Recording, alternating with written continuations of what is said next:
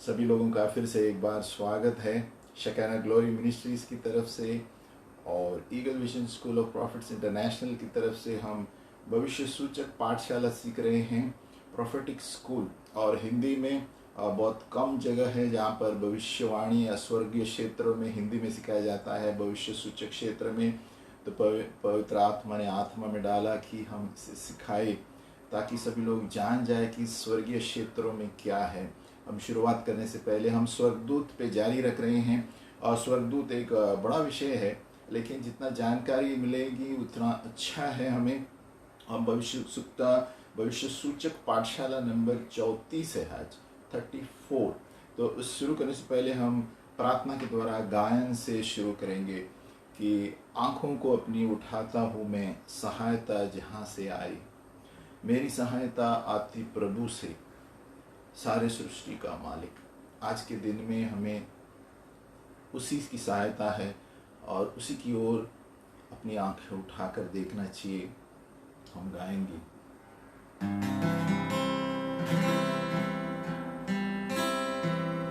आंखों को अपनी उठाता हूँ मैं, सहायता जहाँ से आई।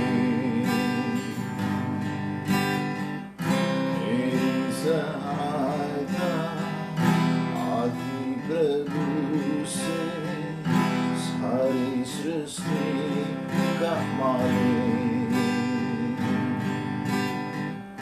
और कितना चाहूं तुझे, तू ही मेरी आशा, तू ही मेरा जीवन।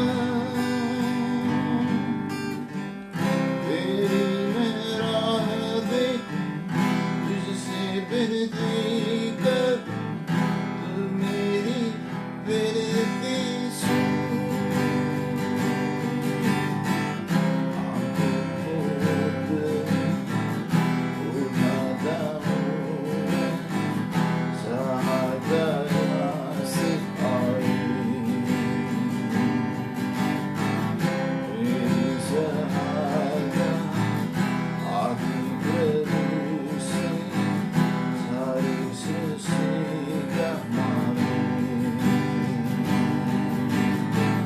और कितना चाहूं तुझे, तू ही मेरी आशा, तू ही मेरा जीवन। तेरी मेरा देख, तुझसे विनती कर, तू मेरी विनती सुन।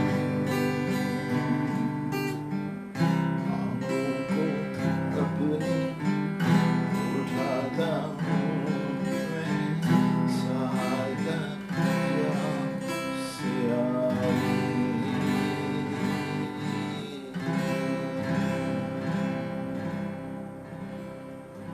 हाँ, सचमुच हमारी सहायता पिता परमेश्वर और प्रभु से ही आती है।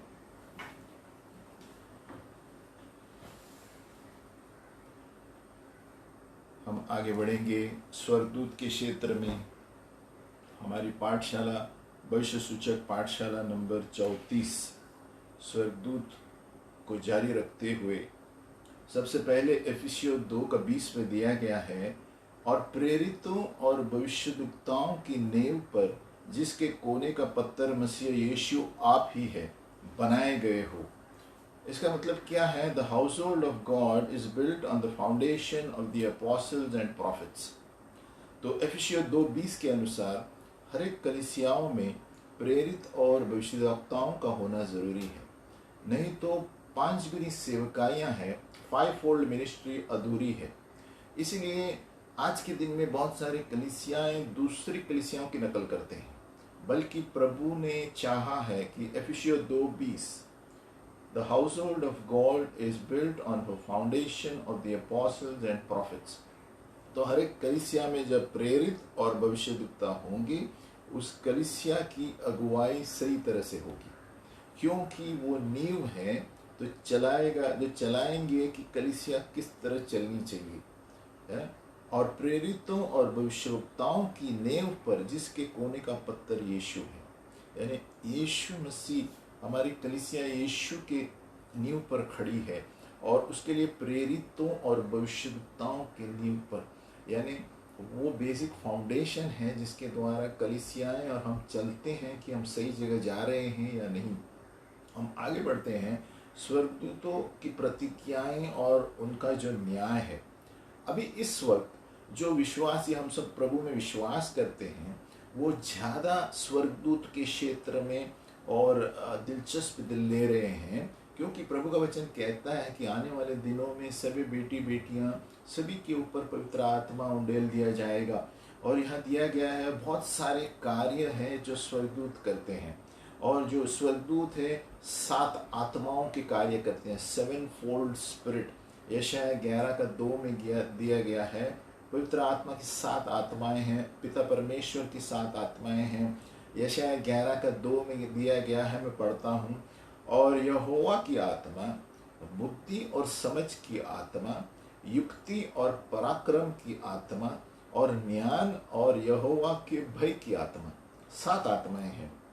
तो angels that function in each flow of the 7 fold spirit, यानी इस 7 आत्माएं हैं, इस 7 आत्माओं के क्षेत्र में स्वर्गदूत कार्य करते हैं। अभी हम पढ़ते हैं स्वर्गदूत जो है प्रगटीकरण के स्वर्गदूत है, पराक्रम के स्वर्गदूत है, बुद्धि के स्वर्गदूत है, ज्ञान के स्वर्गदूत है, सलाह देने वाले स्वर्गदूत है, प्रभु के भय के स्वर्गदूत है, और स्वयं प्रभु का दूत, यानी पिता परमेश्वर प्रभु का दूत प्रभु उतर आता है कभी कभी। सो चंगाई करने वाले स्वर्गदूत है, और खास करके कोई सभाओं में चंगाई देने के लिए वो वहीं पर मौजूद रहते हैं आराधना के वक्त, चंगाई के स्वर्गदूत। और कोई स्वर्गदूत जो है खेलने वाले स्वर्गदूत है, और बच्चों की तरह खेलने वाले स्वर्गदूत है। प्रभु यीशु मसीह ने स्वयं कहा कि एक बच्चों के स्वर्गदूत जो है हर वक्त पिता परमेश्वर की चेहरा देखते हैं, यानी उसकी खबर रखते हैं। तो बच्चों के साथ इसलिए प्रभु यीशु बहुत प्रेम रखते थे क्योंकि उनके साथ स्वर्गदूत, बचपन से स्वर्गदूत दिए जाते हैं उनको संभालने के लिए। अभी समस्या ये है कि बचपन से हमारी जो परवरिश होती है वो गलत होती है, इसके वजह से हम नहीं जान पाते कि स्वर्गदूत है या नहीं। इसके लिए उसका शिक्षण नहीं दिया जाता, और इसके लिए जब आगे बढ़ते हैं तो बहुत देर हो जाती है, और फिर पीछे आना पड़ता है और पश्चाताप करना पड़ता है कि किस तरह हमारे माँ बाप ने हमें बड़ा किया। और इसलिए समस्या यही है आज के संसार में कि हम अगर जो प्रभु की आज्ञाओं के अनुसार चलेंगे तो ना हमें कोई आँच आएगी, न कोई समस्या आएगी। तो यहाँ पर हम देखते हैं, इसलिए प्रभु ने कहा कि सद्गुणों और बहुत सारे स्वर्गदूत हैं जो सद्गुणों के द्वारा है, और कोई क्षेत्र में भेजे गए हैं स्वर्गदूत, और वचन के अनुसार दिया गया है बहुत सारे स्वर्गदूत हैं और अलग अलग के कार्य करने वाले स्वर्गदूत हैं। और बहुत दिलचस्प की बात है कि बहुत सारे स्वर्गदूतों को कई चमत्कार के लिए इस्तेमाल किया जाता है, और कोई स्वर्गदूत है पदार्थ विज्ञान यानी फिजिक्स, ये फिजिक्स के विरोध में कार्य करते हैं। अभी फिजिक्स का जो लॉ है, पदार्थ विद्या का लॉ है कि ये दीवार के पार आप नहीं जा सकते। अब यहाँ पर दीवार है, या आप तैर नहीं सकते, पानी के ऊपर तैर नहीं सकते, है ना, या तो आप है ना चकमक पानी के ऊपर नहीं जा सकते। लेकिन स्वर्गदूत इस सारी चीज़ों के विरोध में करते हैं और ये करके बताते हैं। उसका मतलब क्या है कि पिता परमेश्वर के हाथ में हमारा जीवन है। अगर जो उस पर भरोसा रखेंगे, जो फिजिक्स का लॉ नहीं कर पाता, जो डॉक्टर नहीं कर पाते, वो प्रभु के दूत कर दिखाएंगे, क्योंकि हमारा प्रभु ने हमें बनाया है और उसके बाद मनुष्य को अपने स्वरूप में बनाया है। इसलिए हमें स्वर्गदूतों के बारे में जानना बहुत ज़रूरी है और उनके बारे में सीखना भी बहुत ज़रूरी है। और इसलिए अलौकिक कार्य स्वर्गदूत करते हैं। बहुत सारे लोगों ने देखा है कि स्वर्गदूत के पंख जो है सभाओं में गिरे हुए रहते हैं। ये बहुत सुनने में अजब लगता है, और ये कभी कभी ऊपर से जब आते हैं वो लोग दीवार पार करके सीलिंग से, तो वहाँ पर पंख दिखे जाएंगे। और कहाँ स्वर्गदूत खाने की चीज़ें भी लेकर आते हैं। अभी रॉलैंड बक एक व्यक्ति है, मशहूर परमेश्वर का दास, उन्होंने स्वर्गदूतों की पुस्तक में लिखा है कि एक वक्त इस स्वर्गदूत आके खाना लेकर आया था, और जब उनका खाना रॉलैंड बक ने खाया तो बहुत मोटा था, वो पतला हो गया। तो देखो वो कितने एक्सरसाइज करके भी नहीं हो रहा था, तो वो जैसे स्वर्गदूत ने उसे खाना दिया वो पतला हो गया वापस। तो देखो स्वर्गदूत कुछ भी कर सकते हैं, पिता परमेश्वर कुछ भी कर सकता है। और एक जगह दिया है कि और स्वर्गदूत आके प्रभु के भोज में शामिल हुए थे, जैसे हम एतवार को प्रभु का भोज में शामिल होते हैं। अब आगे बढ़ते हैं। जब स्वर्गदूत दिखाई देते हैं और स्वाभाविक रूप में धरती पर, है ना, और आत्मिक प्राणी है स्वर्गदूत, लेकिन आत्मिक प्राणी छोड़कर जब वो स्वाभाविक रूप से धरती पर आते हैं तो समझना चाहिए कि कुछ तो भी गंभीर होने वाला है धरती पर। और बार बार अगर जो धरती पर वो आते हैं, आपको शारीरिक रूप में दिखते हैं, उसका मतलब कुछ गंभीर होने वाला है। और ये जब धरती पर आते हैं, वो आपके साथ खा भी सकते हैं, बात भी कर सकते हैं, तो हमें समझना चाहिए कि कुछ करने के लिए आए हैं। एक खास काम के लिए प्रभु ने, पिता परमेश्वर ने भेजा है, या तो किसी का न्याय करने आए हैं इस शहर में या उस जगह पर। उदाहरण के तौर पर हम देखते हैं कि जब स्वर्गदूत उद्धार के स्वर्गदूत है, चंगाई के स्वर्गदूत है, छुटकारे, है ना, के स्वर्गदूत है यीशु क्रिस्त में, और हमने देखा है क्या क्या उन्होंने किया है। कोई भी जब बात करता है, कभी कभी स्टेज के ऊपर से सभाओं में वो कहते हैं बहुत से लोग कि नहीं, हमें सिर्फ यीशु की ज़रूरत है, हमें वचन है, प्रभु स्वर्गदूतों की ज़रूरत नहीं है, आप स्वर्गदूतों पर ध्यान न दें। ऐसे बहुत सारे कलीसियाएं कहते हैं, गलत है। अगर जो कोई भी वचन के चीज़ को हम इनकार करते हैं तो सबसे पहले हमें पश्चाताप करना चाहिए। हर चीज़ जो वचन में दी गई है हमारे लिए दी गई है, हमारे उद्धार में संबंधित है। और जो इसको इनकार करते हैं, प्रभु को इनकार कर रहे हैं, और उनको वो आशीष नहीं मिलेगी जो प्रभु उन्हें ऊपर लेना चाहता है। क्योंकि अगर जो हम स्वर्गदूत जो स्वर्गीय क्षेत्रों में प्रभु वचन में दिया गया नहीं बात करते, लेकिन पुलपिट से बाकी कुत्तों के बारे में बात करते हैं, आदमियों के बारे में बात करते हैं, बाकी सारी चीज़ों में आधा आधा एक घंटा लगाते हैं, तो स्वर्गदूत के बारे में बात करने क्या प्रॉब्लम है? तो ये कभी आदमी सोचता नहीं है। आजकल हम देखते हैं कि बहुत सारे लोग इसके विरोध में हैं। स्वर्गदूत, वो सोचते हैं कि स्वर्गदूत की आराधना करेंगे, मूर्ति पूजा करेंगे। ऐसा नहीं है, स्वर्गदूतों की आराधना नहीं करना चाहिए, लेकिन स्वर्गदूत के बारे में कुछ बात करना गलत नहीं है। अगर जो हम आराधना के सभा में प्रचार के समय मनुष्य के बारे में बात करते हैं, किसी दास के बारे में बात करते हैं, स्वर्गदूत के बारे में क्यों नहीं बात सकते? कोई सभाओं में कुत्तों की बात करते हैं, बिल्लियों की बात करते हैं, चंगाई की, तो हम स्वर्गदूतों के बारे में क्यों नहीं बात कर सकते? तो ये सारी गलत विद्याएं, गलत शिक्षण घूम रही है। तो हमें जानना चाहिए जो भी पवित्र शास्त्र में दिया गया है उसे पढ़ना है, और जब तक हम उसमें खोज नहीं करेंगे, प्रभु हमें महिमा से आगे नहीं लेगा। हम वही बच्चे दूध पीते रहेंगे। अगर जो हमें स्वर्गदूत के बारे में सीखना है तो उसके बारे में ढूंढना है। और जो हम भविष्य सूचक पाठशाला में पढ़ाते हैं, तो बहुत सारे लोग डरते हैं कि वो लोग स्वर्गदूत के बारे में पढ़ाते ही नहीं है कलीसिया में, क्योंकि वो डरते हैं लोग क्या कहेंगे, डरते हैं कि ये उस जमाने का काल है। लेकिन आज के दिन में आप जिन आगे देखते रहेंगे, स्वर्गदूत ज़्यादा कार्य करेंगे आत्मा के द्वारा और जवानों के द्वारा। हम आगे बढ़ते हैं। जैसे मैंने बताया, कलीसियाओं में बाकी सब चीज़ें बात करते हैं, लेकिन स्वर्गदूत के बारे में बात नहीं करते, और जो वचन में दिया गया उसके बारे में बात नहीं करते। अगर जो वो लोग मनुष्य के बारे में, कुत्ता बिल्ली सबके बारे में प्रचार नहीं करते हैं, तो स्वर्गदूत के बारे में क्यों नहीं करना चाहिए?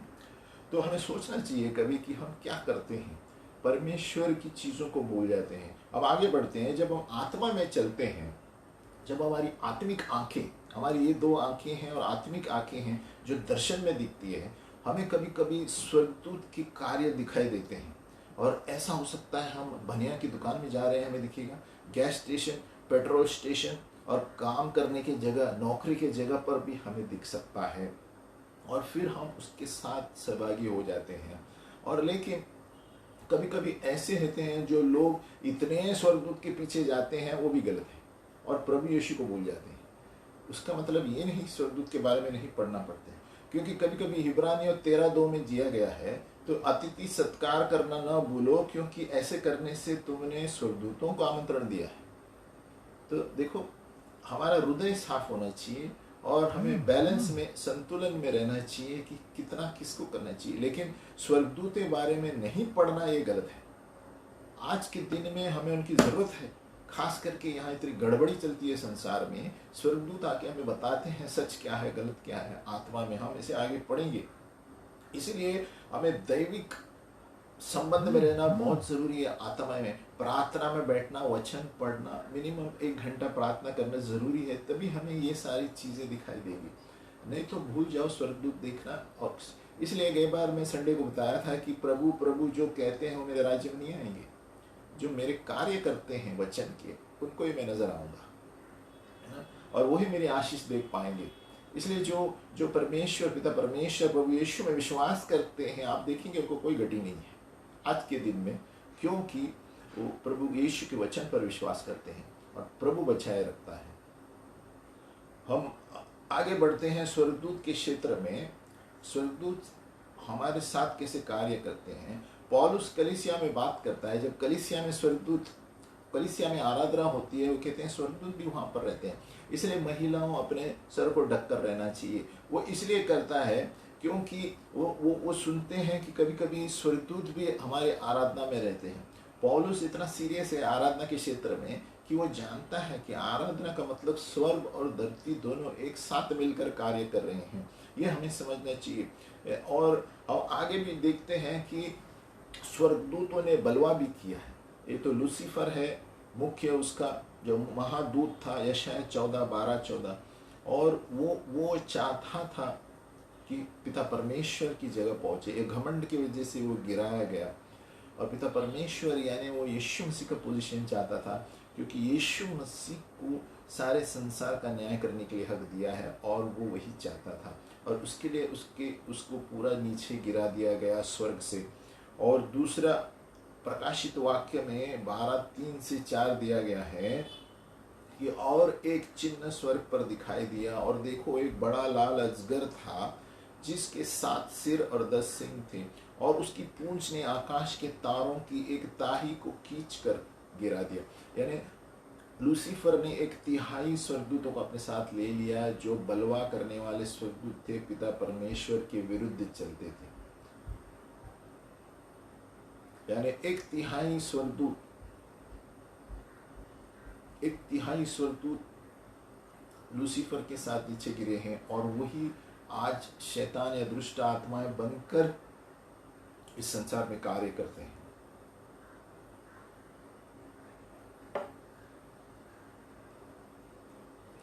अब गिरे हुए एंजल्स, फॉलन एंजल्स, भाड़ से पहले, fallen angels before the flood, यानी नूह के भाड़ के पहले एक गिरे हुए स्वर्गदूत थे। उत्पत्ति 6:1-2 में दिया गया है।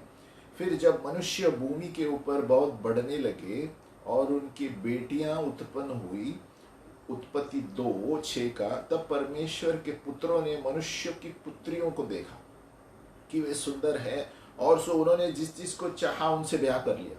तो देखो अपना स्थान छोड़कर ये मनुष्य के पुत्र, या क्या लिया गया है, परमेश्वर के पुत्रों ने मनुष्य की बेटियों के साथ गलत संबंध किया है। अब ये कौन परमेश्वर के पुत्र है? अय्यूब 1:6 में दिया गया है। देखो अय्यूब का 1:6, एक दिन यहोवा परमेश्वर के पुत्र उसके सामने उपस्थित हुए और उनके बीच शैतान भी आया। और 38:7 अय्यूब, जोब, जबकि बोर के तारे एक संग आनंद से गाते थे और परमेश्वर के सब पुत्र जय जयकार करते थे। यानी परमेश्वर का पुत्र यानी स्वर्गदूत है। यहाँ पर दिया गया है परमेश्वर के दूत यानी स्वर्गदूत है। तो ये कौन, ये परमेश्वर के दूतों ने अपने स्थानों को छोड़कर धरती पर गलत संबंध किया, और इसके लिए परमेश्वर को बहुत गुस्सा आया।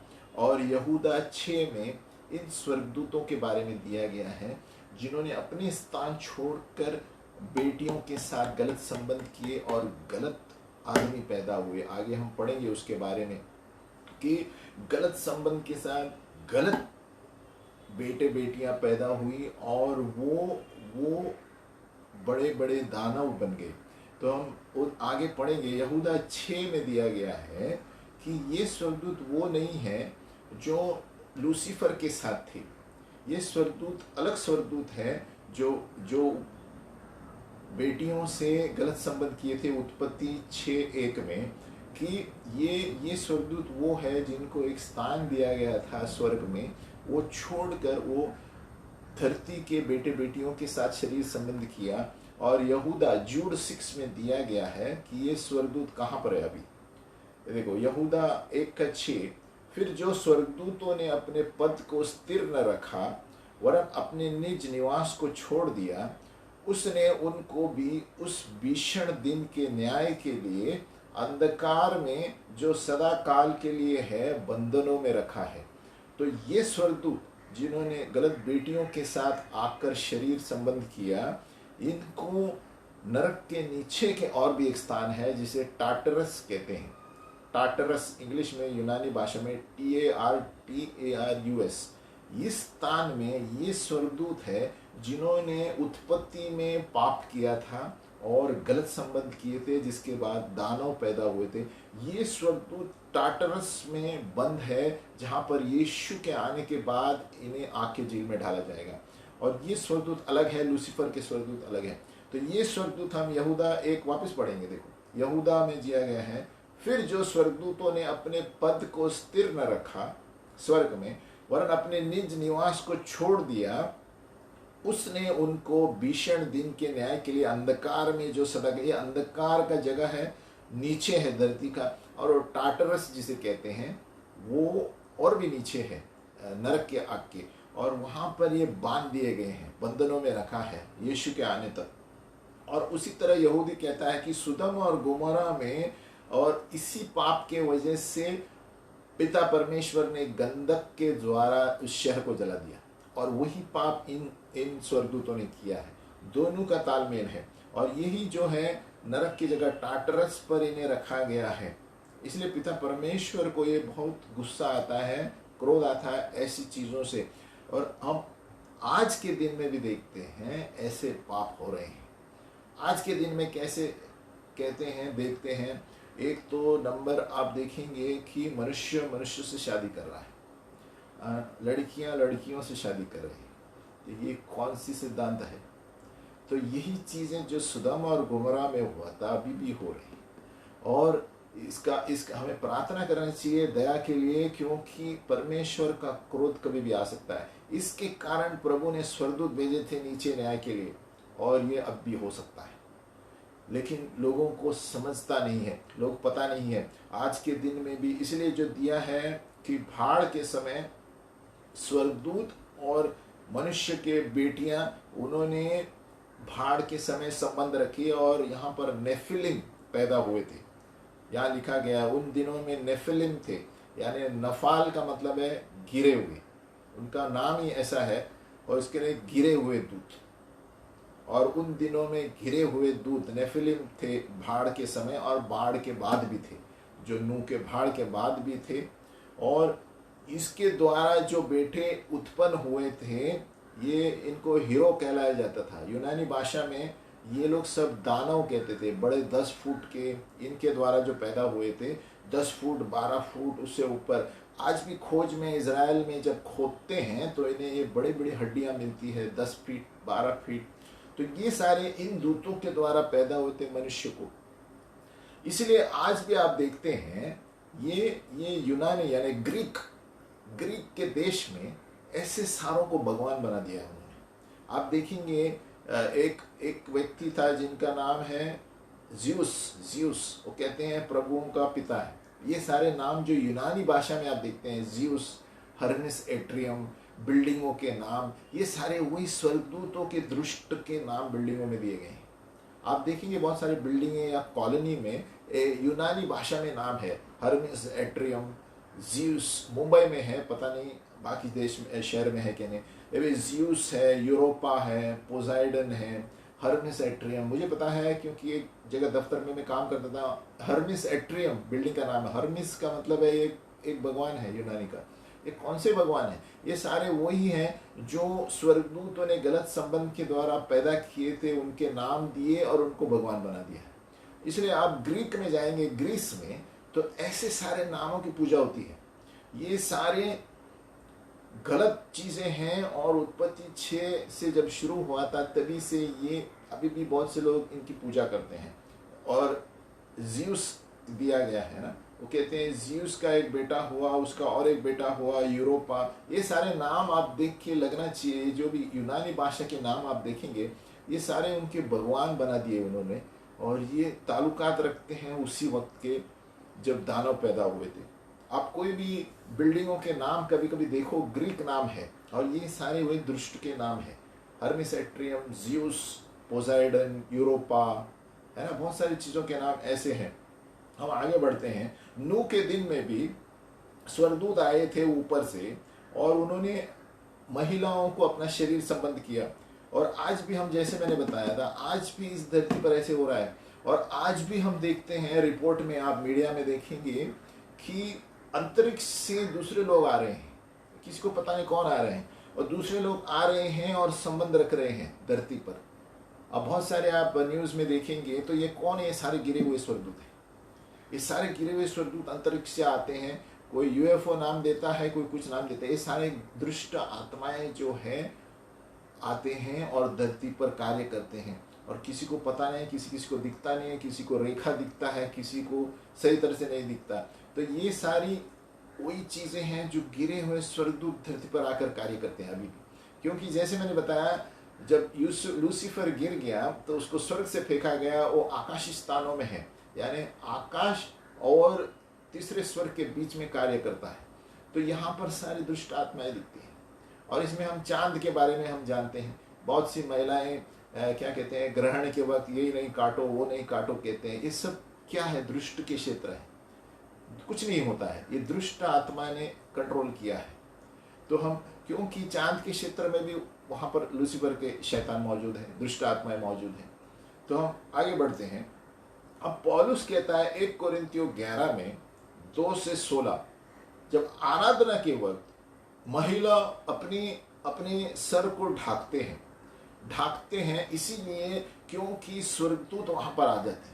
तो पौलुस जब आराधना करता था उस जमाने में, आज के जमाने में भी होना चाहिए कि आराधना एक ऐसी चीज है आत्मा और सच्चाई से, जो धरती और आकाश, धरती और स्वर्ग दोनों एक हो जाते हैं।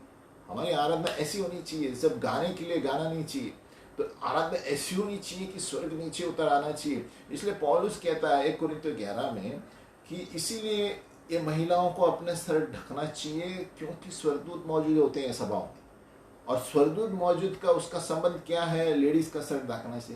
क्योंकि स्वर्गदूत देखते हैं कि हम कितना आदर दे रहे हैं प्रभु को। इसीलिए हमें जानना जरूरी है, प्रभु ये कहना चाहता है कि हमारा आदर किधर है प्रभु के लिए। तो सर में जो ढक के प्रार्थना करते हैं वो प्रभु को आराधना दे रहे हैं, आदर दे रहे हैं। और खास करके जब आराधना सभाओं में स्वर्गदूत मौजूद होते हैं, और याद रखना दोनों स्वर्गदूत मौजूद हो सकते हैं, दुष्ट के भी आ सकते हैं। तो पौलुस क्या कहता है 1 कोरिन्थियों 11 घर में पढ़िए कि ये दुष्ट स्वर्गदूत भी नजर रख रहे हैं कि किसी ने अगर जो आदर नहीं दिया तो उनको वो क्या कहते हैं, आकर्षण कर सकते हैं अलग जगहों से। तो इसलिए जब सर ढका हुआ देखेंगे तो वो कुछ अटेम्प्ट ही नहीं करेंगे सामने आने का, क्योंकि हम पिता परमेश्वर को आदर दे रहे हैं। तो शैतान के कोई भी क्षेत्र आगे नहीं बढ़ सकते। तो पौलुस इसलिए कहता है 1 कोरिन्थियों 11 में, स्वर्गदूत वहां पर है इसलिए महिलाओं को अपना सर ढकना चाहिए। और ये आदर वाली बात है। भले आजकल सब मॉडर्न है, लेकिन मैं समझता हूँ कि आदर की बात है, सर ढकना चाहिए। क्योंकि हम प्रभु के लिए वहां आते हैं, शोबाजी के लिए नहीं आते। प्रभु जानता है हमारे हृदय को, और खास करके स्वर्गदूत आते हैं। और मैं कहता हूँ ऐसे ही लोगों को स्वर्गदूत दिखेंगे, क्योंकि वो पिता परमेश्वर का आदर करते हैं। इसलिए 1 कोरिन्थियों 11 में वो कहता है मेरा आदर किधर है। पौलुस, परमेश्वर कहता है मेरा आदर किधर है, क्योंकि यहाँ पर स्वर्गदूत मौजूद रहते हैं। स्वर्गदूत जब देखते हैं कि कौन सर ढका हुआ है, उनको पता चलता है कौन कितना आदर दे रहे हैं, और उसके वजह से आशीषित हो जाते हैं सभाओं में लोग, और स्वर्गदूत आके हाथ रखते हैं। तो ये हमें जानना जरूरी है कि हमारा आदर कहाँ है, हम प्रभु को आदर कितना देते हैं। अभी हमारा विषय है स्वर्गदूत हमारी सेवा के लिए मौजूद है। स्वर्गदूत आज भी हम नियुक्त किए गए हैं हमारी सेवकाई के लिए, है ना। खास करके हमारी सेवकाई के लिए, उद्धार के लिए, जैसे मैंने पहले भी बताया था, उद्धार के लिए भी। और हम जब उद्धार देने जाते हैं गांवों में या बड़े क्रूजरों में, तो स्वर्गदूत हमारे साथ रहते हैं कि हमें क्या बोलना चाहिए। कभी कभी हमें पता नहीं चलता क्या बोलना है, क्या करना है। स्वर्गदूत जो है आत्मा में हमें अगुवाई करते हैं, कितना बोलना है या तो आज बोलना ही नहीं है। हाँ, ऐसे है। तो स्वर्गदूत जो है हमें हमारी सेवकाई के लिए है, सेवकाई के लिए, हमारी सेवकाई के लिए वो भेजे जाते हैं। और यहाँ पर दिया गया है कि पिता परमेश्वर कभी कभी जो भविष्यद्वक्ता भविष्यवाणी देता है, उस स्वर्गदूत आके वो वरदान जो भविष्यवाणी दी गई है उसके ऊपर हाथ रखते हैं। तो ये भविष्यद्वक्ता काम नहीं करता। अगर जो मैं भविष्यद्वक्ता हूं तो मुझे कोई शब्द आया तो उस शब्द के पीछे स्वर्गदूत आता है, क्योंकि जैसे मैंने बताया था परमेश्वर के वचन पे स्वर्गदूत चलते हैं, हमारे शब्द पे नहीं चलते। तो जैसे भविष्यद्वक्ता को वचन आता है, वो वचन के अनुसार स्वर्गदूत जाके उस व्यक्ति पर हाथ डालता है और उसको आशीषित करता है और वो वरदान देता है। और इसीलिए बहुत दिलचस्प बात है, आज के दिन में आत्मिक वरदान जब भविष्यवाणी के कोई आते हैं क्षेत्र में, हमें बहुत गंभीरता से उसे स्वीकारना चाहिए। कोई भविष्यद्वक्ता आता है कलीसिया में या कोई आता है, हमें अपने मोबाइलों को ऑन रखना चाहिए और रिकॉर्डर ऑन रखना चाहिए, क्योंकि प्रभु कभी कभी इतने तेजी से बोलता है भविष्यवाणी भविष्यद्वक्ता कि हमें बाद में याद नहीं रहता वो क्या बोले। तो हम घर में जाके देख सकते हैं उन्होंने क्या बोला। तो जब भविष्यद्वक्ता आत्मिक वरदान हमारे ऊपर छोड़ कर जाते हैं तो उस वक्त स्वर्गदूत जो है हमारे ऊपर हाथ रखते हैं। ये बहुत से लोगों को पता नहीं है। वो भविष्यद्वक्ता बोलेगा लेकिन उसके पीछे स्वर्गदूत है और वो उसको उस वरदान को रिहा करेगा भविष्यवाणी बोलने के बाद। तो ऐसे स्वर्गदूत हमारी सेवकाई करते हैं और जब हम भी जाते हैं हमारे लिए करते हैं। अगर जो हमारे लिए कोई भविष्यवाणी दे रहा है तो उसके लिए भी हमारे ऊपर हाथ रखेंगे। तो कभी कभी हमें दिखाई नहीं देगा लेकिन सामने वाले को दिखाई देगा, या और कोई भविष्यद्वक्ता आपको बताएगा मैंने ये देखा। तो आगे बढ़ते हैं। अब यीशु मसीह हमारा सबसे बड़ा शिक्षक है और सबसे बड़ा प्रचारक है और सलाह देने वाला है। कैसे? अब देखेंगे कि यीशु मसीह जहां पर भी चमत्कार करता है वो पहले पिता परमेश्वर के पास जाता था, सवेरे वो बातें करता था और पिता क्या बोलता है फिर ही नीचे आके करता था। तो हमारा भी सबक इसमें यही होना चाहिए कि हमें जो भी करना है पहले पिता परमेश्वर को पूछना है सही है क्या गलत है, और तभी नीचे आके करना है। यीशु मसीह ने यूहन्ना 8:28 में क्या कहा है, देखो, मैं मेरे पिता की इच्छा के अनुसार करता हूँ, कोई भी चीज मेरी खुद का नहीं करता, खुद के अधिकार, लेकिन जो मेरा पिता बोलता है वो मैं करता हूँ। यूहन्ना 8:28। तो हमारी भी आदत होनी चाहिए, प्रभु आज मेरे मन में ये आया, प्रभु तेरी इच्छा है क्या, तेरी इच्छा क्या है। तो आत्मा में कोई दूसरा उसको कंफर्म करना चाहिए कि यही है, तभी हम जानेंगे कि प्रभु की इच्छा है। कभी कभी हमारा मन या हमारी कल्पनाओं के द्वारा भी हम कुछ करते हैं, हमारे घमंड के वजह से भी हम कुछ कर सकते हैं। तो यह दिया गया है कि पिता पहले तेरी इच्छा हो और फिर नीचे आके करता। इसलिए जब प्रभु कभी कभी बातें करता था तो उस वक्त स्वर्गदूत ऊपर नीचे आते थे। यीशु मसीह जब मत्ती 6:10 में देखो, मत्ती 6 का वो यीशु मसीह क्या कहता है, तेरी इच्छा इस धरती पर हो जैसे स्वर्ग में है। तो स्वर्ग में पहले क्या है वही मैं नीचे करूंगा। तो thy will be done in earth as it is in heaven, तेरी इच्छा धरती पर पूरी हो जैसे स्वर्ग में है। यानी हमें वही चीजें करनी चाहिए जो स्वर्ग में पिता को परमेश्वर को अच्छा लगता है, वही हम नीचे करेंगे। हमारी मर्जी के अनुसार नहीं करना चाहिए। और ये सब चीजें प्रार्थना के द्वारा ही होता है। हम जितना प्रार्थना में बैठते हैं, वचन पढ़ते हैं, अन्य भाषा में बोलते हैं, ये सब चीजें से ही ये सारी चीजें मालूम पड़ती है कि हमें क्या नहीं करना है, क्या करना है। अगर हम प्रार्थना में नहीं बैठेंगे तो ये सब कुछ नहीं जान पाएंगे। हमें अगर महिमा से महिमा हमें आगे बढ़ना है, उतना प्रार्थना में समय देना है। तो मिनिमम तो हम कहते हैं, बार बार बोलते रहते हैं, 1 घंटा तो देना ही है प्रार्थना में। उसके नीचे आप देंगे तो प्रभु में आगे नहीं बढ़ेंगे। 1 घंटा, 1.5 घंटा, 2 घंटा, जैसे हम प्रभु में बढ़ते हैं समय में, और पूरे दिन में अन्य भाषा में प्रार्थना चालू ही रखनी चाहिए। काम करते समय, पकाते समय अन्य भाषा चालू रखनी चाहिए। तो हम क्या कर रहे हैं, हमारी आत्मा अंदर से चरित्र बदल रहा है। अन्य भाषा ऐसी प्रार्थना है जो मुंह की शब्द से तेज है और स्वर्गीय भाषा है और स्वर्ग से डायरेक्ट कनेक्शन है। तो जब हम अन्य भाषा में रास्ते पे चलते समय प्रार्थना करते हैं, जोर से नहीं लेकिन ऐसे आहिस्ते आहिस्ते मुंह खोलकर कर सकते हैं, लोगों को पता नहीं हम क्या प्रार्थना करें। लेकिन उसमें क्या होता है, हम सतर्क रहते हैं कि शैतान कुछ नहीं कर सकता और शैतान को पता भी नहीं चलता आप क्या प्रार्थना कर रहे हैं। तो अन्य भाषा में जब हम प्रार्थना करते हैं, स्वर्गदूत भी मौजूद रहते हैं, ये स्वर्गीय भाषा है, और स्वर्गदूत और पवित्र आत्मा दोनों आपको बताएंगे आज इधर मत जाओ, इधर जाओ, आज इधर नहीं, ये न करो, ये करो। तो ये जैसे मैंने उदाहरण बताया था, एक जब मैं गाड़ी चला रहा था, स्कूटर बाइक चला रहा था एक दिन, तो मुझे मैं अन्य भाषा करके दफ्तर में चलता था, एक आधा घंटा लगता था, तो अन्य भाषा। तो इसमें क्या होता है, हम लगातार प्रार्थना कर रहे हैं, निरंतर प्रार्थना चालू है, तो इसलिए 24 घंटा प्रार्थना ऐसे कहते हैं। तो जब मैं प्रार्थना कर रहा था तो तुरंत मेरे स्पीडोमीटर में ध्यान गया, तो मैंने देखा तो स्पीडोमीटर बहुत 80 के ऊपर था। तो तुरंत पवित्र आत्मा में जब अन्य भाषा में प्रार्थना किया तो बोला स्पीड कम करो। तो देखो मैं बात तो नहीं कर रहा किधर, मैंने सीधा अन्य भाषा से नीचे देखा तो स्पीडोमीटर 80 पे है, तुरंत मैंने 60 पे लेके आया।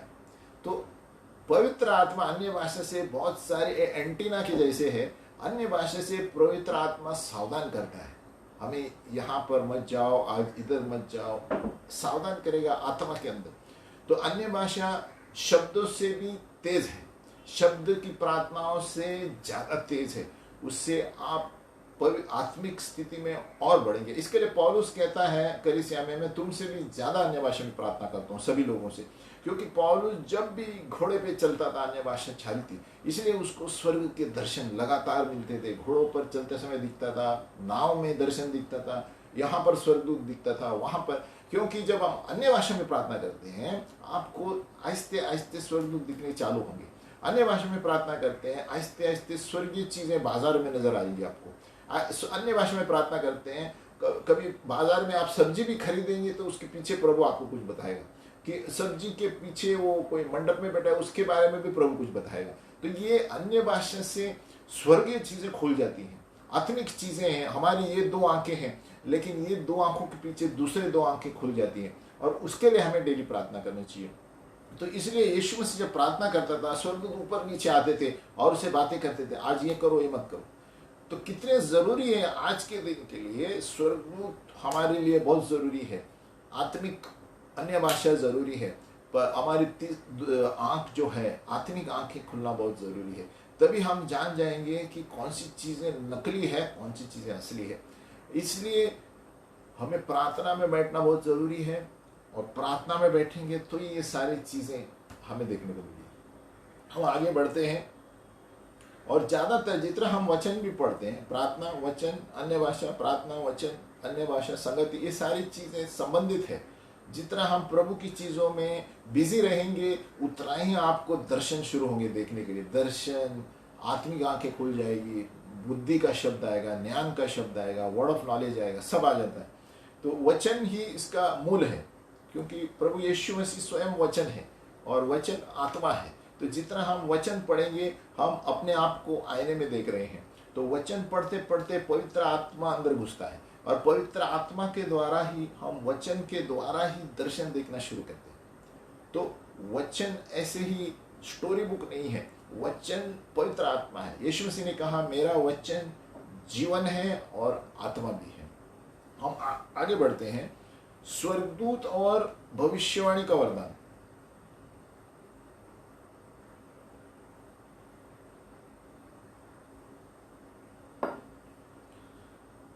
भजन संहिता 103:20 कहता है कि bless the Lord you his angels who excel in strength, who do his word, heeding the voice of his word. यानी कहते हैं धन्य हो, प्रभु को धन्य कहो हे स्वर्गदूत जो वीर है और जो उसके वचन को मानते हैं।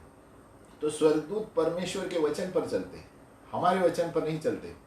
तो हम जितना वचन बोलेंगे उतना स्वर्गदूत हमारे जीवन में कार्य करेंगे, और हमें हुक्म भी कर सकते हैं। यीशु मसीह के नाम में प्रभु आपके वचन के अनुसार इस स्वर्गदूत को भेजी मेरे कार्य करने के लिए, मेरे पैसे जो छीने गए हैं उसको वापस लाने के लिए। प्रभु तेरे स्वर्गदूतों को भेज, भजन संहिता 103 के अनुसार।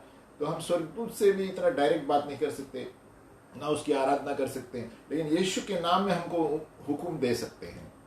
हम आगे बढ़ते हैं, और जो भी हम आत्मा में जो स्वर्ग से सुनते हैं वो धरती पर होना चाहिए। और वो स्वर्गदूत आते हैं करने के लिए। इसलिए हमें रोज प्रार्थना करनी चाहिए, प्रभु ये मेरा प्लान है लेकिन तेरी इच्छा मेरे जीवन में हो। तो कोई न तो कोई आपको बताएगा कि आपके मन में ये है, प्रभु कहता है करो। तो क्या होता है आप जानते हैं कि ये कंफर्म हो जाता है। इसलिए हम जो प्रभु तेरे स्वर्ग में है वही हम धरती पर करना चाहते हैं। यानी स्वर्ग में आपने हाँ कहा तो ही मैं धरती पर करूँगा। तो इसलिए कभी कभी हमारे घमंड की वजह से, हमारी इच्छाओं की वजह से भी हमें आगे नहीं चलना चाहिए। या 2 या 3 व्यक्तियों को जो हमारे नज़दीक है उनको बताना ज़रूरी है कि मेरी इच्छा ये है। तो प्रभु जो वो पात्रा में रखेंगे तो वो कंफर्म करेंगे, हाँ मुझे लगता है आपको ये करना चाहिए। तो ऐसे, और या तो कोई व्यक्ति भविष्यद्वक्ता बाहर से आएगा, जब प्रार्थना करेगा वो आपको बताएगा, तो आपको पहचानता ही नहीं है, तो जब आप जान जाएंगे कि ये प्रभु से है। अभी हर स्वर्गदूत नियुक्त किए गए हैं हमें वचन बात करने के लिए, और जो हमारा वरदान है उस वरदान के साथ स्वर्गदूत भी आता है। जैसे मैंने पहले बताया कि क्या वो टहल करने वाली आत्माएं नहीं हैं जो सेवकाई के लिए भेजे गए हैं, उद्धार पाने वालों के लिए। इब्रानियों 1:13। तो स्वर्गदूत जो है सेवकाई करने वाले प्राणी आत्माएं हैं जो भेजे गई हैं जिनको उद्धार देना है। तो स्वर्गदूत शब्द के द्वारा भेजे गए हैं, आत्मिक वरदानों के द्वारा भेजे जाते हैं, पवित्र आत्मा उसके साथ रहता है, और भविष्यद्वक्ता सिर्फ बोलता है। तो प्रॉफिट जब बोलता है उसके पीछे स्वर्गदूत और उसके वरदान लेकर चलता है ना। तो प्रॉफिट यानी भविष्यद्वक्ता क्या है? बोलने वाला व्यक्ति है। जो प्रभु बोलता है वो बोलता है। कभी कभी प्रभु बहुत सारांश में उसे बताएगा, कभी कभी प्रभु उसे बताएगा भविष्यद्वक्ता को जितना मैंने कहा है सब कुछ बताओ, कुछ भी छोड़ना नहीं है। तो कभी कभी भविष्यद्वक्ता बहुत संभालना पड़ता है कि मैंने एक एक शब्द बोले, मुझे बताना है उधर।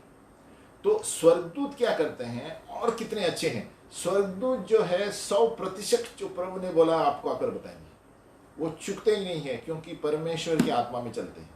लेकिन भविष्यद्वक्ता चुक सकते हैं क्योंकि मनुष्य की आत्मा भी अंदर है, घमंड भी है, कभी मिक्स हो सकता है।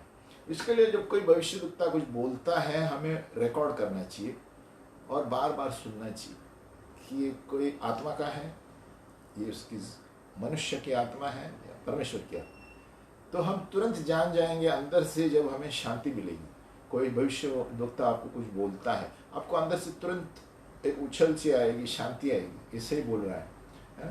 तो इसलिए वचन में ये भी दिया गया है 2 या 3 गवाहियों के द्वारा निश्चिंत होता है। तो कोई भी एक व्यक्ति कुछ कहता है उसे लिख के रखना, वापस 2 व्यक्ति बोलने चाहिए, तभी तक आगे नहीं बढ़ना। अगर जो कोई बड़ा काम करना चाहते हैं हम, तो एक व्यक्ति ने आपको कहा होगा लेकिन आप उसे लिख के रखो और अपने डायरी में, तब तक और 2 व्यक्ति मुझे नहीं बताएंगे, मैं नहीं करूँगा। ऐसे जब प्रभु से बातें करेंगे, या मुझे दर्शन में प्रभु कुछ बताओ जिसके द्वारा मैं निश्चित करूँ। तो प्रभु का वचन स्वयं कहता है 2 या 3 गवाहों के द्वारा ही बात निश्चित हो जाती है। तो हम आगे बढ़ते हैं। जो भी हम प्रभु चाहता है कि हमारे जीवन में हम करें, हम जानते हैं कि वो तब तक नहीं करेंगे जब तक कि वो किसी भविष्यद्वक्ता के द्वारा हमसे बात नहीं करेंगे। ये निश्चित है, ये मेरे जीवन में भी मैंने आजमाया है। हमने ये हवा में बात नहीं करेगा प्रभु को कुछ करना है तो किसी के द्वारा या किसी चीज़ के द्वारा आपको वो अलर्ट करेगा कि आपको करना है, या कोई भविष्यद्वक्ता आके फिर आपसे बात करेगा। तो प्रभु ऐसे भेदों को बताता है, जब तक वो नहीं बताता प्रभु नहीं करता। इसलिए भविष्यद्वक्ताओं को भेजता है। अभी परखने, स्वर्गदूत की उपस्थितियों को परखना, ये बहुत बड़ा इंपॉर्टेंट विषय है।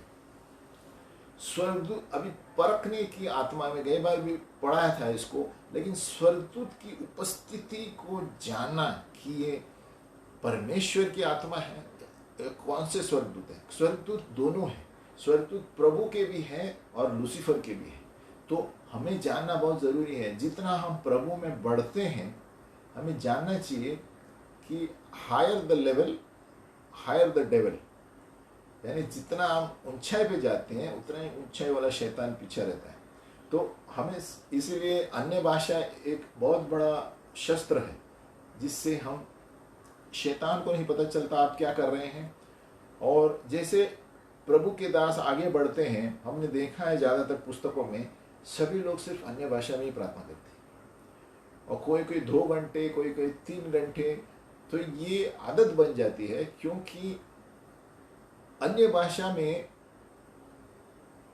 क्योंकि इतने प्रभु में आगे बढ़ जाते हैं कि हमारे पास शब्द नहीं रहते।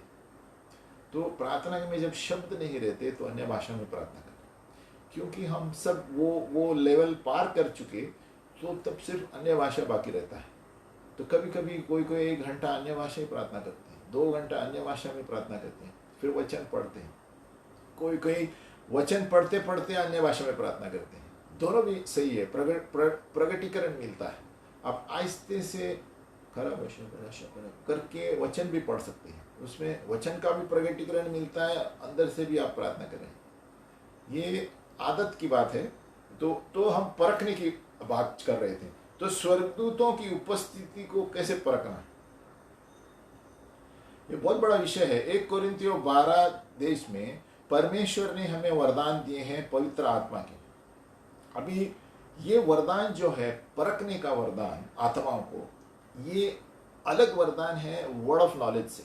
यानी कभी कभी हमें शब्द आता है किसी व्यक्ति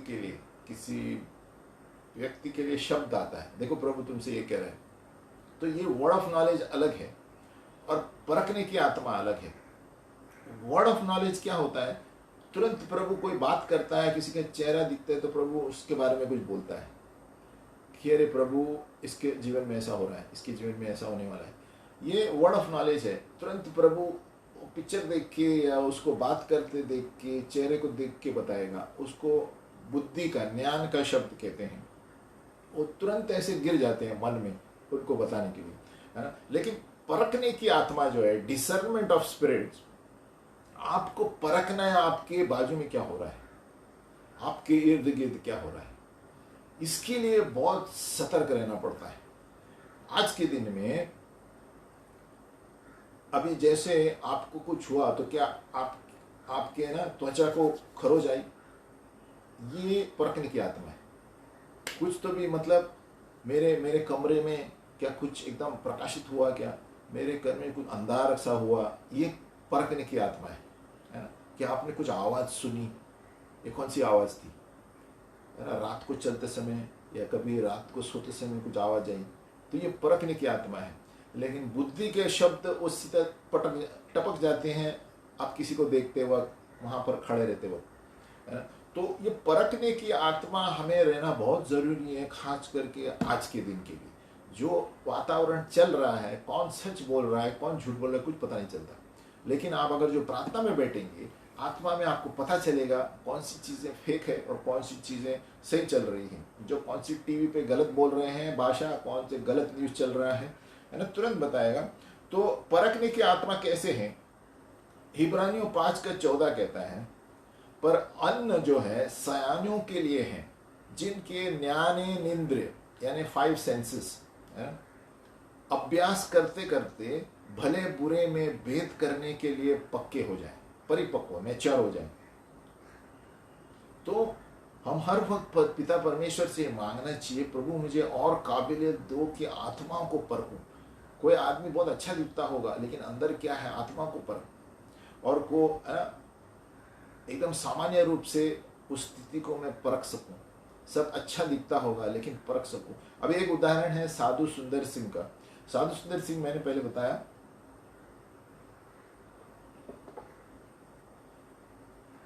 वो प्रार्थना करने के लिए बागीचे में बैठा था। प्रार्थना करने के लिए बैठा, तुरंत एक स्वर्गदूत सामने आता है, और बहुत सुंदर स्वर्गदूत आता है, एकदम सुंदर स्वर्गदूत आता है। तो अभी कोई ऐसे देखेगा तो लगेगा ये स्वर्गदूत है। तो ये आत्मा को परखना है। तो लेकिन जैसे ही साधु सुंदर सिंह अपने पुस्तक में लिखता है कि जैसे ही उन्होंने उसकी आंखों में देखा, तो आंखें एकदम गुस्से वाली थी, आंखें एकदम लाल और जैसे किसी को मारने वाला है। तो उसको शक हो गया। तो उसने क्या किया, तो अभी परखने की आत्मा, ये भी उसको प्रभु ने शायद एक तरकीब बताई होगी। उसने क्या किया, उसने कहा यीशु मसीह के नाम में निकल जाओ। अगर जो सही स्वर्गदूत रहता है वो नहीं निकलता, वो क्योंकि प्रभु ने भेजा है। वो यीशु मसीह के नाम जैसे ही लिया वो स्वर्गदूत भाग गया। उसका मतलब ये दुष्ट का स्वर्गदूत था। तो हमें परखने की आत्मा चाहिए, देखकर सुनकर। अभी ये देखकर साधु सुंदर ने जान लिया कि ये सही नहीं है। कभी कभी हमें सुनकर, कभी कभी हमें सूंघकर, स्मेल, कभी कभी हमें सुनकर, ये 5 चीजें हैं जिससे हमें परखने की आत्मा मैच्योर हो जाती है। ये हमें, ये लगातार चलता रहेगा, लेकिन जितना हम इसे इस्तेमाल करेंगे प्रभु हमें परखेगा। यानी 5 सेंसेस, ज्ञाने इंद्रिय कहते हैं, ज्ञाने इंद्रिय है ना, 5 सेंसेस, यानी देखना, सुनना, सूंघना, चखना और छूना। ये 5 चीजों से आप जान सकते हैं कभी कभी आत्मा कौन सी चल रही है ना। अभी हम उदाहरण देखेंगे आगे, और इसमें हम खासियत हो सकती है हर एक व्यक्ति में, क्योंकि हमें हर एक पर्सनैलिटी प्रभु ने अलग अलग दिया है। कभी कभी मैं क्या कहते हैं, मुझे दर्शन देखने में मैं बहुत पावरफुल हूँ। दर्शन प्रभु जो बताता है मुझे तुरंत मालूम पड़ता है इसका मतलब क्या है, लेकिन मैं सुनने में इतना तत्पर नहीं रहूँगा। तो हर एक व्यक्ति को प्रभु ने अलग अलग पर्सनैलिटी दी है, तो आत्मा से परखेगा। कभी कोई आदमी सामने खड़ा है, भाई या बहन, तो तुरंत वो दर्शन में प्रभु उसे कुछ बताएगा और उससे जान लेगा कि कौन सी आत्मा चल रही है। तो लेकिन मेरे पास अगर जो दर्शन का आत्मा नहीं है, दर्शन का वरदान, तो मैं नहीं जान पाऊंगा। तो परखने की आत्मा में प्रभु से मांगनी चाहिए। प्रभु या तो देखने के द्वारा, सुनने के द्वारा, सूंघने के द्वारा, चखने के द्वारा, अलग अलग क्षेत्र में आप जान पाएंगे। अभी जैसे मैं देखता हूँ, आई सॉ, अभी देखने का जो सेंस है, हम 2 आंखों से देखते हैं। अभी 2 आंखें बंद करके भी देख सकते हैं, इसे दर्शन कहते हैं, सियर, दर्शी है ना। सब पुराने नियम है, सैमुएल, ये दर्शी थे, 2 आंख बंद करके जान सकते थे सॉल कहाँ से क्या कर रहा है। तो ये हमारे 2 आंखें खुले हैं और बंद है तो भी हम दर्शन देख सकते हैं, इसे कहते हैं देखना।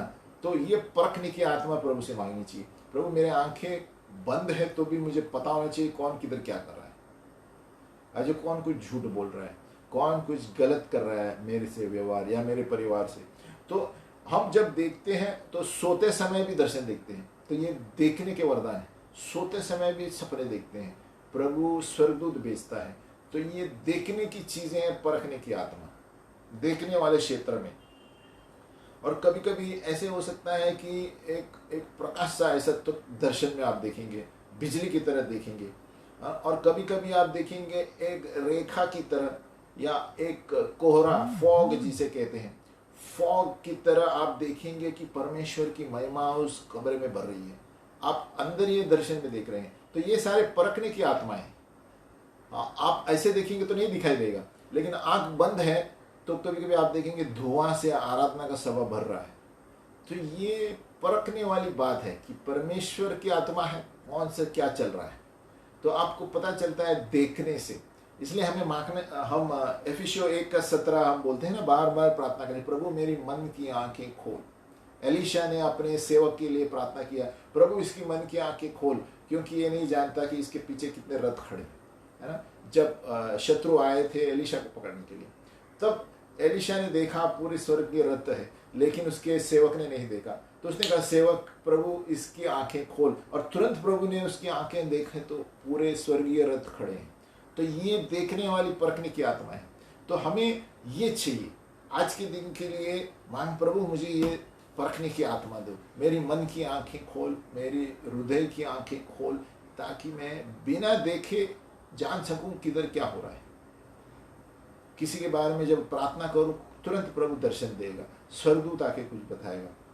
हम आगे चलते हैं। तो ये देखने वाली बात हुई, 5 सेंसेस में से 5 ज्ञानेंद्रिय है ना, उसमें से परखने की आत्मा हम एकदम मैच्योर हो जाते हैं। दूसरा है सुनना, आई हर्ड है ना। नए नियम में हम देखते हैं कॉर्नेलियस एक व्यक्ति था, प्रेरित 10:3-6, सुनना। इस सुनने वाले परखने की आत्मा देखो। तो हमारे जीवन में ऐसे बहुत सारी चीजें होगी, तो हमें सिर्फ सतर्क रहना है। अनुभव से ही पता चलेगा, हम स्मार्ट बन जाएंगे। तो प्रेरित 10:3-6 से कॉर्नेलियस को एक स्वर्गदूत आता है और कहता है, उठो आपके प्रार्थनाएं और भिक्षाओं के बारे में प्रभु ने देखा है। इसको प्रभु ने देखा है, इसलिए जाओ, पतरस जहां पर रहता है वहां पर जाओ, वो तुम्हें उद्धार का प्रार्थना देगा। तो देखो, ये तुरंत उठकर चला जाता है कुरनेलियुस। ये सिर्फ सुनता है, स्वर्गदूत देखा नहीं उसने।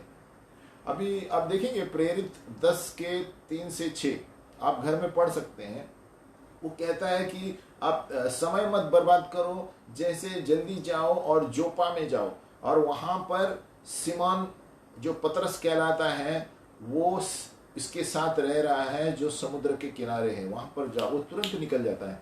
अब ये कैसे पता चला उसको? क्योंकि कॉर्नेलियस जो एक बहुत परमेश्वर का दास था, जो डेली प्रार्थना में रहते हैं, वो तुरंत हम जान जाते हैं ये अंदर से मुझे शांति मिली, या किसी चीज कोई कहता है तो अंदर से शांति मिलती है, मन में शांति मिलती कि हाँ, नहीं तो मन में गड़बड़ी हो जाती है या तो डर पैदा होता है, उसका मतलब ये परमेश्वर का नहीं है। अभी कुरनेलियुस आप देखेंगे तुरंत चला जाता है, यानी परखने की आत्मा थी, सुनने की। यहाँ पर उसने स्वर्गदूत को, उन्होंने दर्शन में स्वर्गदूत को देखा, लेकिन आवाज ज्यादा सुनाई दी। आवाज आप पढ़ेंगे प्रेरित 10 में, घर में पढ़ सकते हैं। वो आवाज सुन के ज्यादा ये हो गया, सतर्क हुआ, और उन्होंने कहा कुरनेलियुस, और तेरे प्रार्थनाओं और तेरे आत्माओं ये शब्द सुनाई दी। तो ये परखने वाली सुनने की आत्मा, उसने सुनकर वो चला गया। तो कभी कभी हमारे जीवन में भी सपने में कभी सुनना ज्यादा होगा। आपके सपने में कोई बात कर रहा है, तो वो सुनने से आपको क्या लगा, आपको लिखना चाहिए। तुरंत सवेरे उठकर आप हमें डायरी में लिखना चाहिए, क्या सुना, क्या देखा। इसलिए हर वक्त हम कहते हैं कि डायरी बाइबल के साथ होना जरूरी है, पेन और डायरी बाइबल के साथ होना जरूरी है। रात को कभी प्रभु आपको उठाएगा, कभी भी उठा सकता है, कभी भी तुरंत दर्शन लिख देना, नहीं तो बाद में सवेरे भूल जाते हैं। तो तुरंत जो भी याद है, कभी कभी रात को उठ के लिखना चाहिए। अगर जो आप बीच में उठ गए, या तो सवेरे उठकर लिखना चाहिए, कि प्रभु या तो आपको सुना रहा है या दिखा रहा है। तो ये देखने वाली बात हुई। और एक उदाहरण देता हूँ, एक भविष्यद्वक्ता दर्शी थी। ये जो महिला थी वो सो रही थी, तो उठ गई और कोई आवाज आया उसको, 2 लोग बात कर उनके बंगले में, और ये दर्शी थी और भविष्यद्वक्ती। तो वो सुन रही थी, तो वो बाहर जाके देखा, तो उन्होंने देखा 2 स्वर्गदूत बात कर रहे हैं। अभी देखो, ये सुनने वाली आत्मा, परखने की आत्मा, अभी इनको दिखाई नहीं दिया स्वर्गदूत इस महिला को। तो वो सुन रहे थे कि 2 स्वर्गदूत के चेहरे चमकते उसकी खाट के नीचे बेड की तरफ, और वो बात कर रहे थे। और एक स्वर्गदूत दूसरे को बोल रहा है, क्या वो सचमुच कर पाएगी? एक स्वर्गदूत दूसरे को बोल रहा है, तो दूसरा स्वर्गदूत बोलता है, नहीं नहीं, वो जरूर कर पाएगी, वो कर पाएगी। बस इतना बोल के चले गए। अब ये महिला ने आवाज सुनी, ज्यादा आवाज सुनी देखने से भी, तो ये परखने की, देखने की आत्मा। तो वो निश्चिंत क्यों हुई?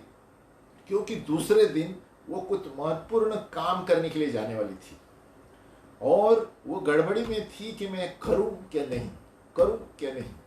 तो प्रभु ने उसे आत्मा में निश्चिंतता दिलाया उस स्वर्गदूत के द्वारा। उस स्वर्गदूत ने कहा ये कर पाएगी, तो वो दूसरा स्वर्गदूत ने कहा जरूर कर पाएगी। तो ये उसको निश्चित हो गया कि मुझे करना ही है, और उस तरह वो महिला जाके दूसरे दिन काम करने लगी। तो ये परखने वाली, सुनने की आत्मा, भले ही स्वर्गदूत थे, लेकिन आवाज ज्यादा जोर से आई कि ये करना है ना। तो अभी तीसरा है सूंघना, स्मेल। आत्मिक परखना ये सारे क्षेत्र में होता है। कभी कभी हमारे जीवन में नहीं होगा, एक क्षेत्र में, सूंघने के क्षेत्र में। अभी देखो, हम एक जगह गए थे एक परिवार में प्रार्थना के लिए, और जैसे ही हम अंदर एंट्री मारे, तो वहां पर तो एसी नहीं था। तो नंबर 1, एसी नहीं था, तो ऐसी ठंड थी। तो मेरी पत्नी बोलने लगी, अरे इतना ठंडी क्यों लग रही है यहाँ पर? ये निशानी है दुष्ट आत्मा की, ये चिन्ह है। क्योंकि वहां पर तो टेम्परेचर नॉर्मल है, लेकिन वो रूम में घुसते ही ठंडी लगने लगी। तो ये परखने वाली आत्मा है। हमें परखना चाहिए ठंडी क्यों लग रहा है। और ये ठंडी साधारण ठंडी नहीं है। जब ऐसे होता है, समझना कि दुष्ट आत्मा रूम में है, और वो एक हो गया। तो जैसे हम बैठ गए, वहां पर ऐसे गंदी बास आने लगी। तो हम आजू बाजू में देखने लगे, अरे यहाँ तो सब साफ है, यहाँ तो कुछ नहीं है। एक तो एसी नहीं है, तो ठंड लग रही है, दूसरी बात है, यहाँ तो सब किचन विचन सब साफ है, कौन सा बास आ रहा है? दुष्ट आत्मा की निशानी, स्मेल। ये भी एक परखने की आत्मा होनी चाहिए हमें। जब भी हम साधारण घर में जाते हैं और आपको कुछ ऐसा बास आता है जो आपने कभी, है ना, सूंघा नहीं है ऐसे, और आप देख रहे हैं कि उनका रूम साफ है, सब साफ है, कैसा बास आ रहा है, तो ये हमें प्रश्न पूछना चाहिए उस वक्त, यहाँ कौन रहते हैं, यहाँ क्या होता है, हर वक्त क्या होता है, क्या प्रॉब्लम है। तभी आपको पता चलेगा दुष्ट आत्मा वहाँ, क्योंकि दुष्ट आत्मा गंदे जगहों पर रहते हैं, और दुष्ट आत्मा के क्षेत्र में कभी ठंडी लगेगी आपको जहाँ पर कोई ठंडी नहीं है। तो ये परखने की आत्मा, ये परखना हमें बहुत जरूरी है, सारी चीजें। अभी दूसरा है चखना। मैं एक एक उदाहरण दे रहा हूँ। चखना, अभी चखने वाले में ज्यादा उदाहरण नहीं है, लेकिन एजेकियल का उदाहरण है। वो क्या, देखो, प्रभु के पुस्तक को मैंने खा लिया और प्रभु ने मुझे कहा एजेकियल 2:8, और वो कड़वी लगी अंदर जाते जाते, है ना। ये एक उदाहरण है। दूसरा है प्रकाशित वाक्य 10, है ना। सो मैं वह छोटी पुस्तक उस स्वर्गदूत के हाथ से लेकर खा गया, वह मेरे मुंह में मधु सी मीठी तो लगी, पर जब मैं उसे खा गया तो मेरा पेट कड़वा हो गया। तो ये सारे परखने वाली आत्माएं हैं। प्रभु चखने वाली बात कर रहा है। हमारे जीवन में भी होगा, कभी कभी सपने में हम देखेंगे हम कुछ खा रहे हैं, प्रभु ने कुछ भेजा है। मुझे ये भविष्यवाणी दी गई थी एक बार कि वो पत्रिका आ रही है ऊपर से और मैं खा रहा हूँ और मुंह में मीठा हो रहा है। तो ये चखने वाली, परखने की आत्मा है। प्रभु अपना अभिषेक, वचन का अभिषेक दे रहा है, या, है ना, वचन से भर रहा है आपको, ऐसी सारी चीजें। और आप जब चख रहे थे तो बहुत मीठा लगा और पेट में जाके कड़वा हुआ। ये सारी चीजें आत्मिक चीजें हैं। तो ये परखने वाली आत्मा, ये एक उदाहरण है कि ये 2 उदाहरण है। प्रकाशित 10:10 में भी गया है, सो मैं वह छोटी पुस्तक उस स्वर्गदूत के हाथ से लेकर खा गया और वह मेरे मुंह में मधु सी मीठी लगी। तो ये सारे परखने वाली आत्मा है, चखने की।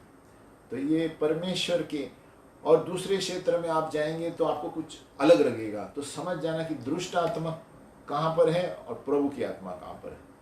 और सबसे इसमें ज़्यादा हमें संतुष्ट होगा, कंफर्टेबल होंगे कि जब हम अंदर से हमें शांति मिलेगी। तो ये कंफर्मेशन होता है कि ये प्रभु का है। अंदर से अगर जो आप गड़बड़ी लग रही है हृदय में, तो समझ जाना कि कुछ शैतान के हाथ से हो रहा है। अगर जो अंदर से आपको पता चलेगा कुछ बास आ रहा है, ठंडी लगी, तो दुष्ट आत्मा है। तुरंत आपको डिसीजन लेता है। डिसीजन हम लेंगे तो हमें पता चलता है कौन सी आत्मा चल रही है। लेकिन कभी कभी हमें परख नहीं पाते हैं, समाज में, सोसाइटी में, गढ़दी में, तो तुरंत प्रभु आपको डर सा पैदा करेगा। तो समझ जाना कि कुछ सही नहीं है, परमेश्वर की ओर से नहीं है। तो आगे लास्ट वाला है महसूस करना, त्वचा या महसूस करना आत्माओं में। कभी कभी स्वर्गदूत आके हमें छूते हैं।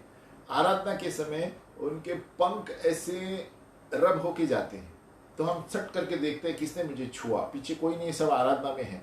तो ये हम आत्मा में महसूस करते हैं किसने मुझे छुआ, है ना। एक उदाहरण है। और कभी कभी वो पंख भी गिर जाते हैं स्वर्गदूत के आराधना के समय, और ये भी हुआ है। स्वर्गदूत पंख छोड़ के जाते हैं, कभी सीलिंग के ऊपर से आते हैं, घर में भी पंख छोड़ के जाते हैं। तो अलग अलग तरह के स्वर्गदूत है।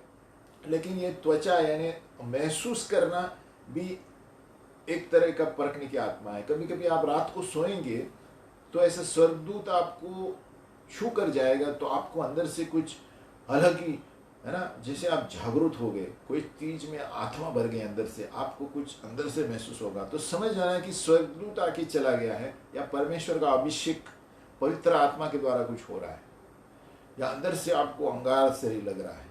आप सोते समय, आप सोए हैं लेकिन आपने महसूस किया कुछ तो भी, और अच्छा लगा, ऐसा नहीं कि डर गए, अच्छा लगा और परमेश्वर की आत्मा से भर गए। तो ये सब महसूस करने वाली बात है। ये आत्मा को हमें परखना चाहिए।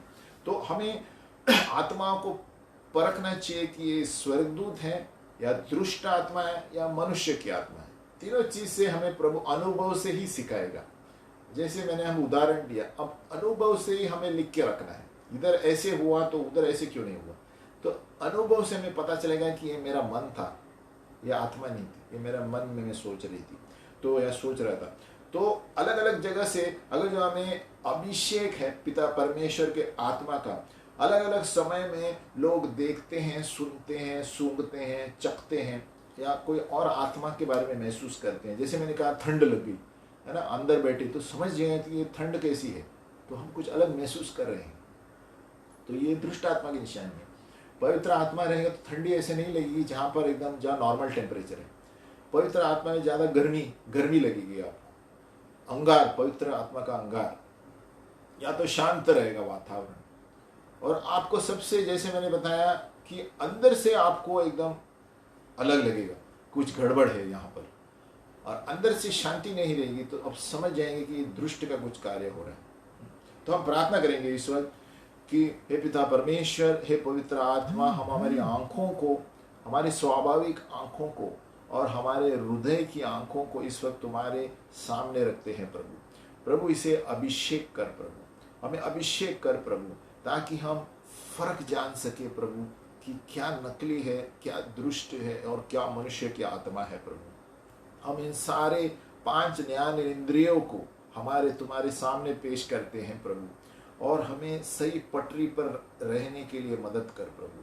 तेरे पवित्र आत्मा के द्वारा हमारे 5 ज्ञान इंद्रिय जो है प्रभु, उसको अभिषेक कर प्रभु, ताकि हम स्वर्गीय चीज़ों को जान सके प्रभु, और हर तरह के नकली आत्मिक अनुभवों को भार हम जान सके प्रभु, और हर तरह के जो नकली आत्मिक चीज़ें दुष्ट आत्माएं कर रहे हैं, और प्रभु हमारे जीवन में तेरे वचन को हम पहला स्थान दे प्रभु, और उस वचन के द्वारा ही तू हमें सतर्क करेगा प्रभु, क्या सही है और क्या गलत है प्रभु।